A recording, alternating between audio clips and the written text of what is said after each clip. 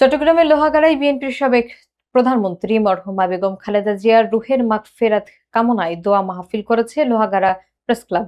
সোমবার দুপুরে উপজেলার বটতলী স্টেশনে ক্লাব কার্যালয়ে আয়োজিত এই কর্মসূচিতে স্থানীয় গণমাধ্যম কর্মীরা মরহুমার রাজনৈতিক অবদান নিয়ে আলোচনা করেন। বিস্তারিত থাকছে সত্তার শিকদারের প্রতিবেদনে। লোহাগাড়া প্রেস ক্লাবের উদ্যোগে সাবেক প্রধানমন্ত্রী বেগম খালেদা জিয়ার বিদেহী আত্মার মাগফিরাত কামনায় বিশেষ দোয়া মাহফিল এবং আলোচনা সভা অনুষ্ঠিত হয়েছে। সোমবার দুপুরে উপজেলার বটতলী স্টেশনে ক্লাব কার্যালয়ে আয়োজিত এই অনুষ্ঠানে সভাপতিত্ব করেন ক্লাব সভাপতি এম সাইফুল্লাহ চৌধুরী। অনুষ্ঠানে উপস্থিত ছিলেন যুগ্ম সাধারণ সম্পাদক কাইসার হামিদ তোষার, সাংগঠনিক সম্পাদক এরশাদ আলম, প্রচার ও প্রকাশনা সম্পাদক এহতেশামুল হক, দপ্তর সম্পাদক মোক্তার হোসেন এবং কার্যনির্বাহী সদস্য অধ্যাপক আব্দুল খালেক।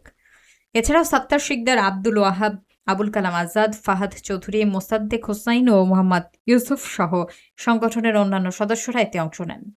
অনুষ্ঠানের শেষ পর্যায়ে দেশ ও জাতির কল্যাণ কামনায় বিশেষ মোনাজাত পরিচালনা করা হয়। দোয়া ও মোনাজাত পরিচালনা করেন সংগঠনের সদস্য অধ্যাপক মোহাম্মদ আব্দুল খালেক।